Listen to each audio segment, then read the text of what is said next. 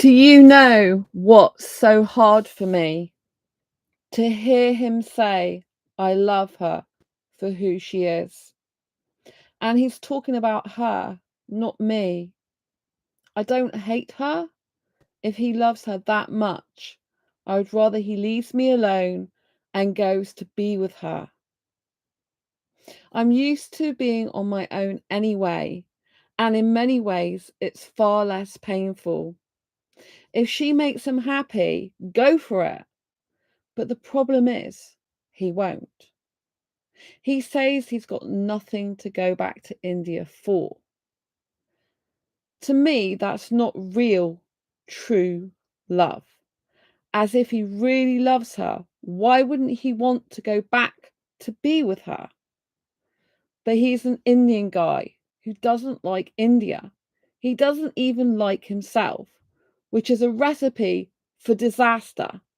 And I wonder if he makes her happy. So this is the beginning of chapter 2 of my Diary Confessions of a Hyperromantic Asexual book. So if you've ever been in a position to think about healthy love versus toxic love, or maybe you've just always thought love is love, I want you to get a copy of my Diary Confessions of a Hyperromantic Asexual book and go through the various chapters and ask yourself the life lesson questions and pause and reflect in your life if the people in your past and in your current scenario, if they truly love you in a healthy way or a toxic way.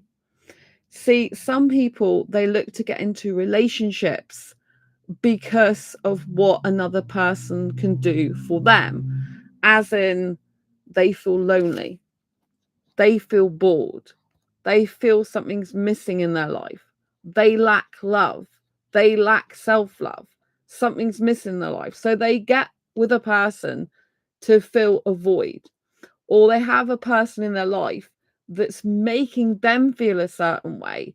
But if that person didn't make them feel that way, they wouldn't interact with that person anymore because they're not getting anything out of them. So some people, unfortunately, come to relationships as a transactional thing rather than a love thing. They're like, okay, if I do this for you, then what are you going to do for me? Rather than actually doing something for the person because they genuinely love and care about that person. This is something you have to watch out for, particularly in early dating, but also watch out throughout the whole interaction with this person. It's not just people in romantic relationships or potential romantic relationships that do this. It's actually friends, so-called friends. I had a so-called female friend some time ago now, and there was red flags in that friendship which I chose to like ignore, I guess. So sometimes you really like a person and you kind of might put them on a pedestal, or might think they've got so many other good traits that, you know, you overlook the other things. And so this person basically told me in the beginning of my friendship with them that they like transactional friendships.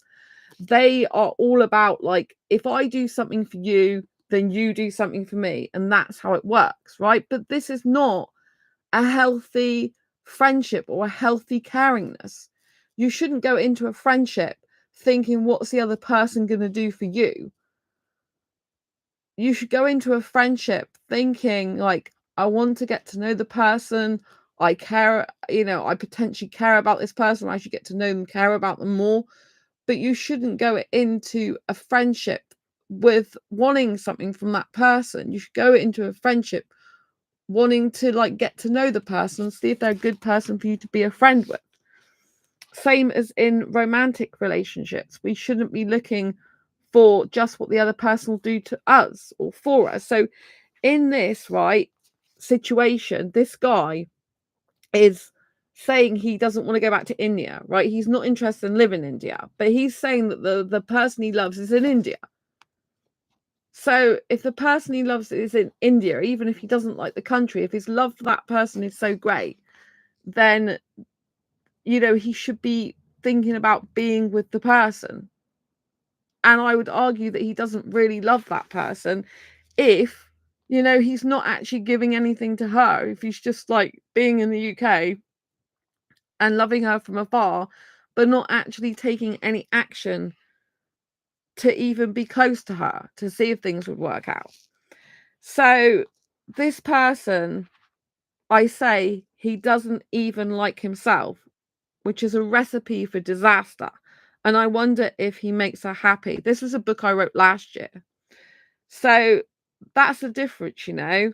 Like, if he doesn't love himself, how can he make her happy? I talk more about this in the book.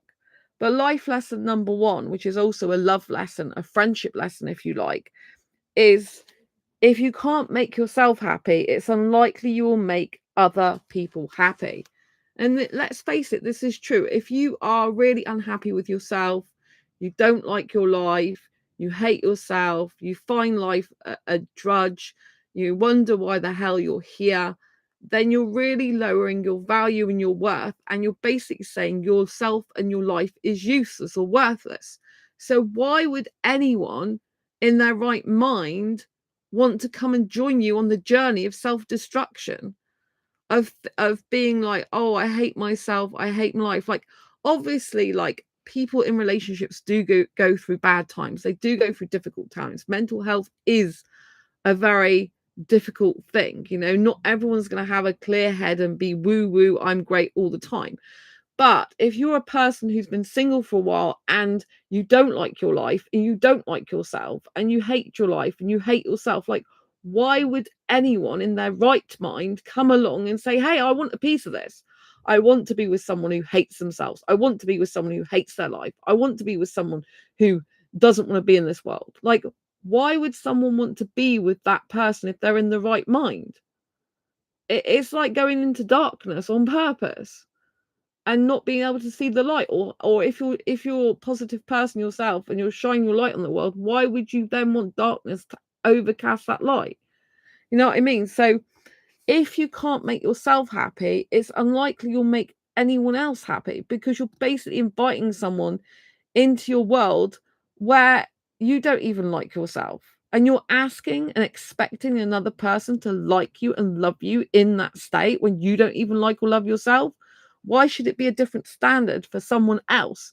Why should you have a different rule for someone else saying, hey, you should love me and you should like me and I want you to love and like me, even though I don't love and like myself? It's a different standard for yourself than for other people.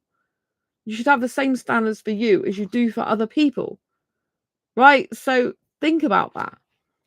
If you can't make yourself happy, you're unlikely to make other people happy. This is the first life, love, relationships, friendship lessons in this book, right?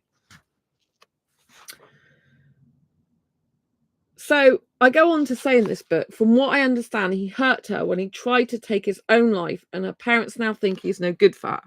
So yes, if you try to take your own life, which I highly don't recommend, and I want you to get some help if you're even considering that, like phone the Samaritans, dial the police, do something, right? Because I don't want that to ever happen to you. This is really serious stuff. But what I'm saying is about this particular guy that was in my life. He hurt a person who he claims to love by trying to take his own life, because she was the one who helped him stay in this life. But it's not nice for her. It's not stable and secure for her if she's worried about where he's going to live or die all the time. Do you know what I mean? So if he says he loves her and cares about her, a guy who loves a girl should be a protector, should be caring about her, should love her. And in any healthy relationship, you should have a degree of security and stability for that person. If you're not even sure if you want to be in life, or you know what I mean, you're not going to be able to provide a good, strong foundation, a loving one of life for someone else. It's going to be a rocky road. And that's not healthy love for someone else. So if you have got some severe mental health problems, it doesn't mean to say you're unlovable. It just means to say that you have to go and see a therapist and get some help so that you at least like yourself. You're at least okay with yourself. If you want to attract someone who's a healthy person for you, or, you know, healthier, right? So make sure that you are with someone because you care about them and love them, not just because you need them to validate you or recognize your worth. You have to recognize the worth of the other person as well. So if you harm yourself, you're likely to harm others. This may be emotional harm rather than physical harm, or both. So in this particular scenario, this guy is causing emotional pain to the person he says he loves. You know, by trying to take his own life, he's causing emotional pain to the person he loves. And this isn't good. One, obviously, it's totally bad for him. And two, is he's hurting the person he says he loves. Now, how can that person trust that the person is going to be there for them and reliable? How relationships, healthy relationships, are all about reciprocity. If someone doesn't even know if they want to be here in life anymore, then they can't provide a security for that person. Do you see what I mean? So look at within, introspect, that if you harm yourself, you're likely to harm others. And this could be emotionally harm, and you don't want to be in that position, right? Life lesson 3, you traumatize someone else because of not dealing with your own trauma effectively. This is a huge one in relationships, right? And if you don't deal with your own trauma effectively, or at least try to work on it and grow through it and change and develop to be a better person, you'll take the same pains you cause someone else and just replicate them in a new relationship. You won't change at all to help yourself in a new relationship, right? So if you are traumatized by a previous relationship, do not go jumping into another relationship. Do not go seeking out someone else, because you're not going to be helpful or love that person in a healthy way. This is why I'm not doing online dating anymore. I'm not active on online dating sites, because I know that the last relationship brought a lot of trauma my way. You know, and so I'm purposely on a dating detox and not doing that, because I don't want to harm someone else. I don't want to take that trauma and push all that on someone else, because what can happen is, if you've had problems in one relationship, you can think everyone's like that and project onto another relationship what your ex did to you. You don't want that. So please give yourself time to heal and get some therapy, get some help, do some coaching, you know, have a coach or a mentor, get some training, and learn new skills and ways forward, so that you don't have all the trauma you've currently got, if you've got it, which a lot of us have, right? Life lesson 4, if you truly love someone in a healthy way, you don't want to hurt them in any way. You want to protect them, care for them, and make them feel safe and secure and happy. So if you're the type of person that's miserable by themselves, doesn't like themselves all their life, doesn't want to be here in life, then you are going to emotionally upset a person, and they're not going to feel secure, happy, safe, and protected with you. So it's not going to be healthy for them. So before you think about getting into a relationship or friendship with someone, ask yourself, am I healthy for another person? Right? Is that person healthy for me?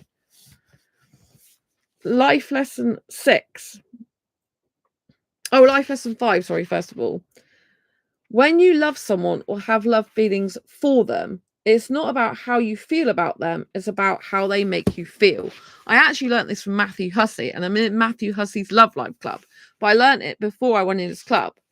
Like, it was talking about this on a YouTube video, right? He's been interviewed by someone, and this was like a major penny drop for me. Like, it's not about how you feel about the person, it's about how they make you feel. So you could love someone, you could feel like excited around them, you could feel super attracted to them, but if they're making you feel like shit, then this is not a good person for you.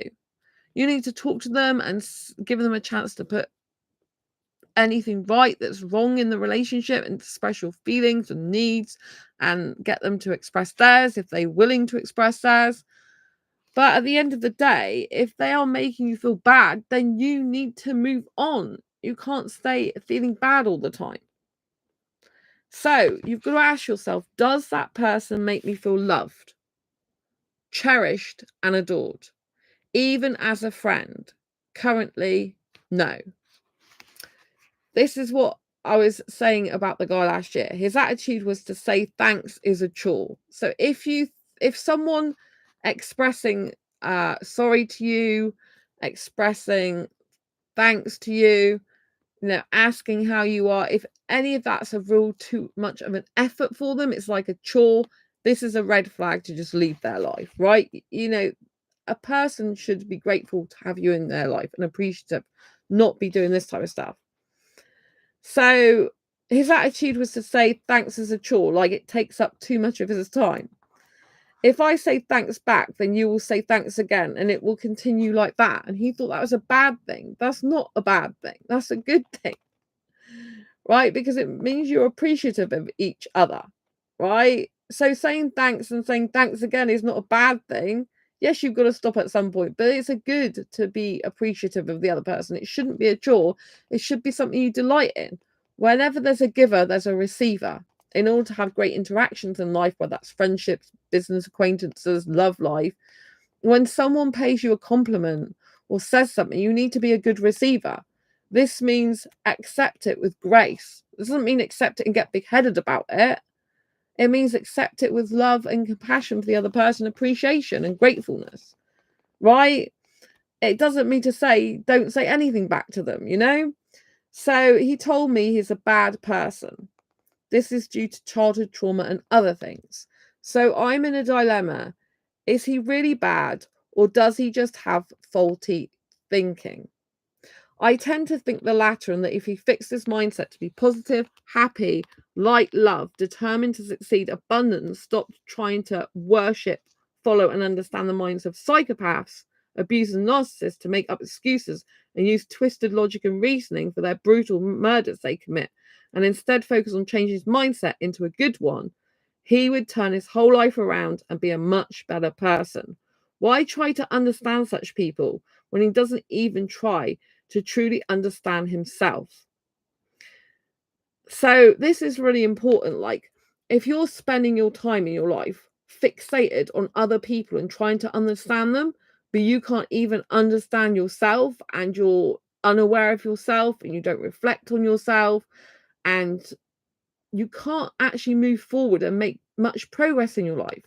Because in order to make progress in our life and to understand ourselves in general better for when we are in friendships or relationships or acquaintances, we need to actually analyze ourselves. We need to say, okay, I think this, but why do I think this? I took this action, but why did I take this action? What was my reasoning behind it? Why did I say what I did? Why did I think what I did? Why did I do what I did? Because only when we analyze all these different situations can we make informed choices about our future and make better choices and decisions. We have to look at scenarios and analyze them, like, was I right to do this? If, for example, in a relationship, you're stating your needs, you're stating a boundary, but someone doesn't like that boundary or need, and they're trying to make you wrong for it, then you have to ask yourself, like, why are they making you wrong for having a boundary or need? Because they don't want you to have that, because they can't maintain that standard, can't live up to that need or boundaries, and they want, in order to keep you in a friendship or relationship, to erode that, if you like. So you have to ask yourself, like, am I wrong to have needs? Am I wrong to have boundaries? No.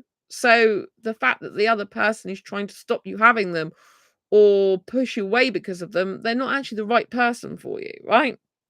So we have to look at what they're saying to us, though. This guy told me he's a bad guy, right?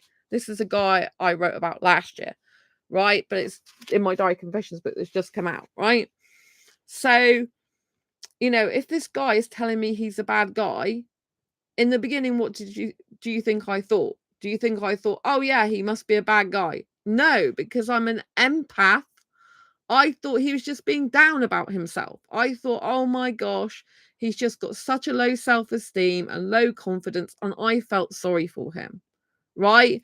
But the lesson we must take from this, life lesson 6 in this book, when someone says something about themselves, believe it. Let me reiterate that point. When someone says something about themselves, believe it. So he told me he was a bad guy. And I was just to have all this sympathy and empathy, and I'm like, oh my God, I'm sure that's like not true. And I see good qualities in you, blah, blah, blah. And then I find out he was a bad guy.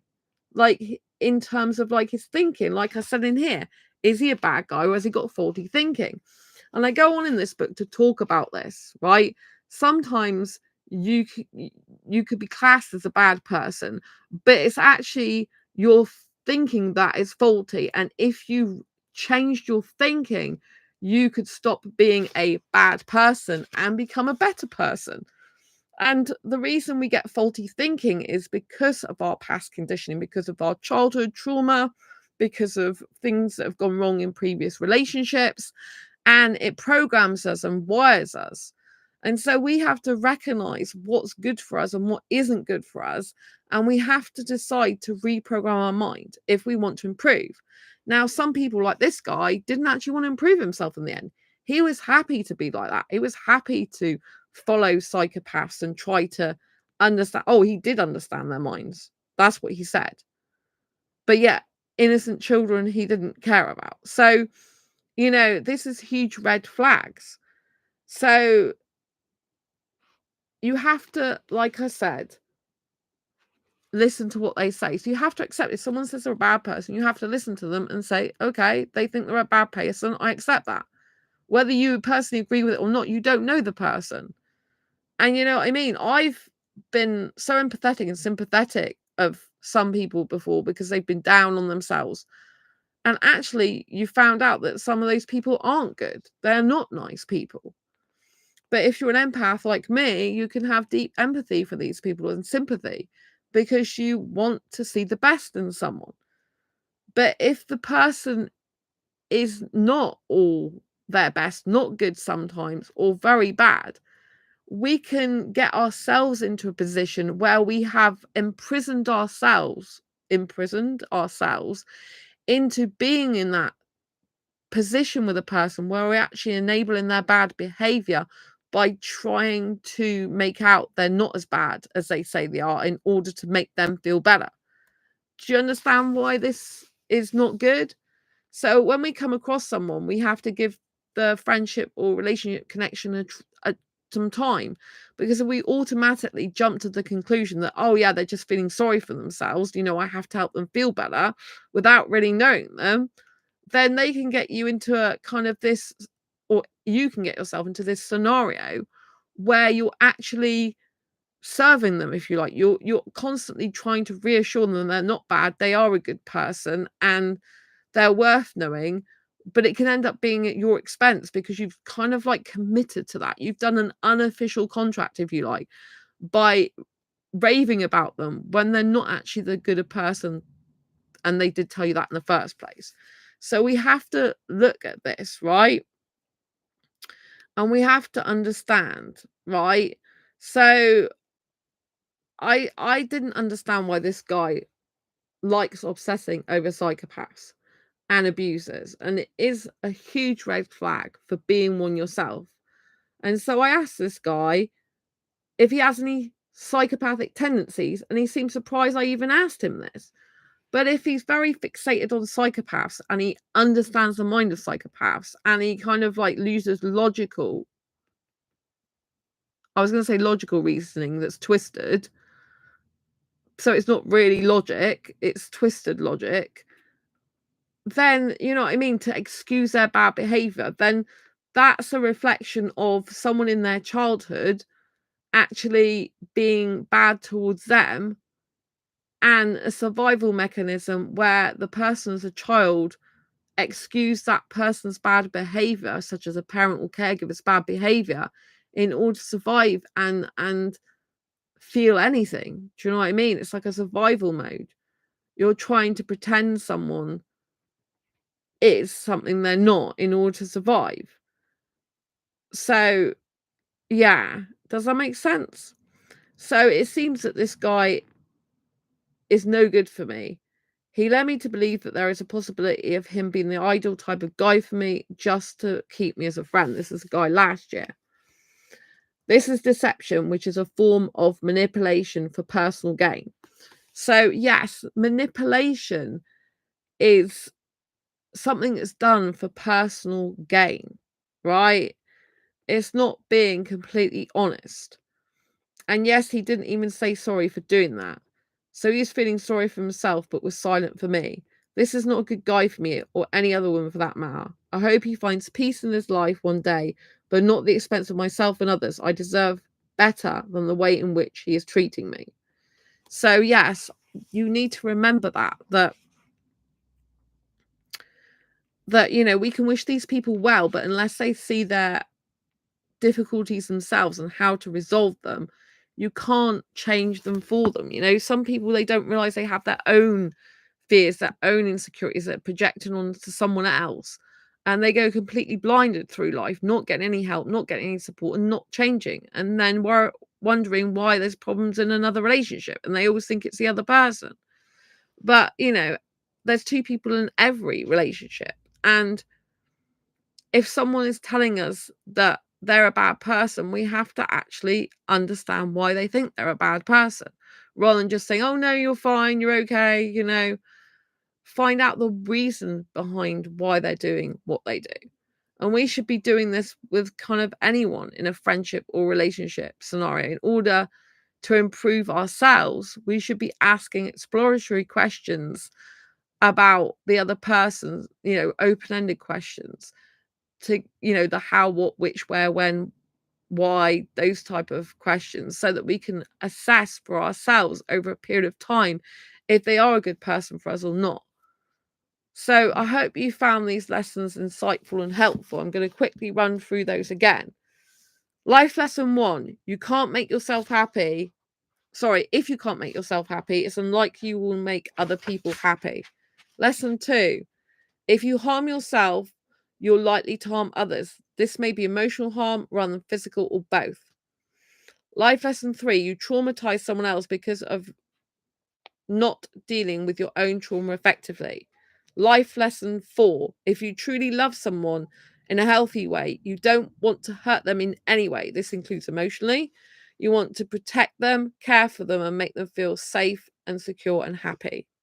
So ask yourself, does that person make you feel safe, secure, and happy? And are you making that person feel safe, secure, and happy? And if so, how? Right? Because if you're not making that person feel safe, secure, and happy with you, you're doing the job of being a good friend or partner wrong, and you're not being a good friend or partner. Right? You're not being good for them. Life lesson 5, when you love someone or have love feelings for them, it's not about how you feel about them, it's how they make you feel. So you can be excited when you see them, you can be super attracted to them, but if they make you feel like shit, they're no good for you.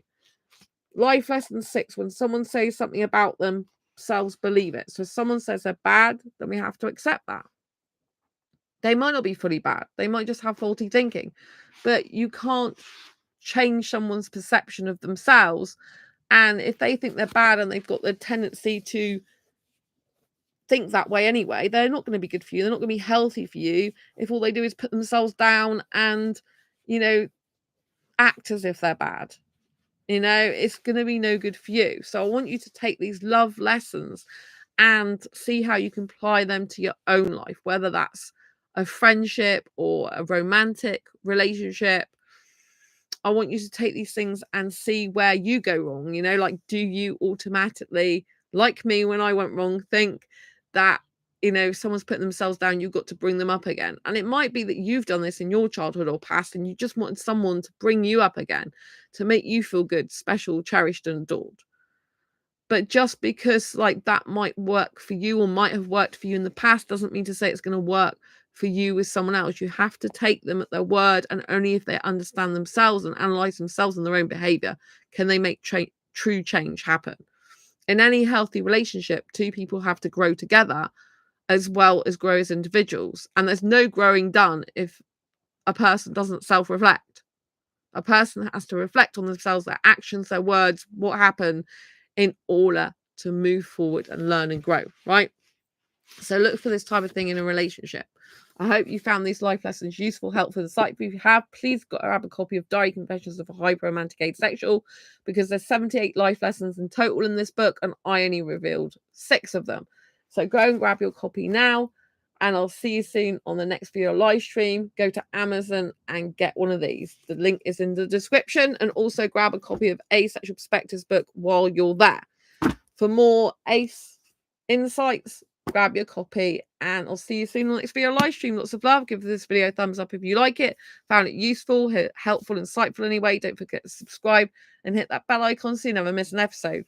Lots of love to you. Bye.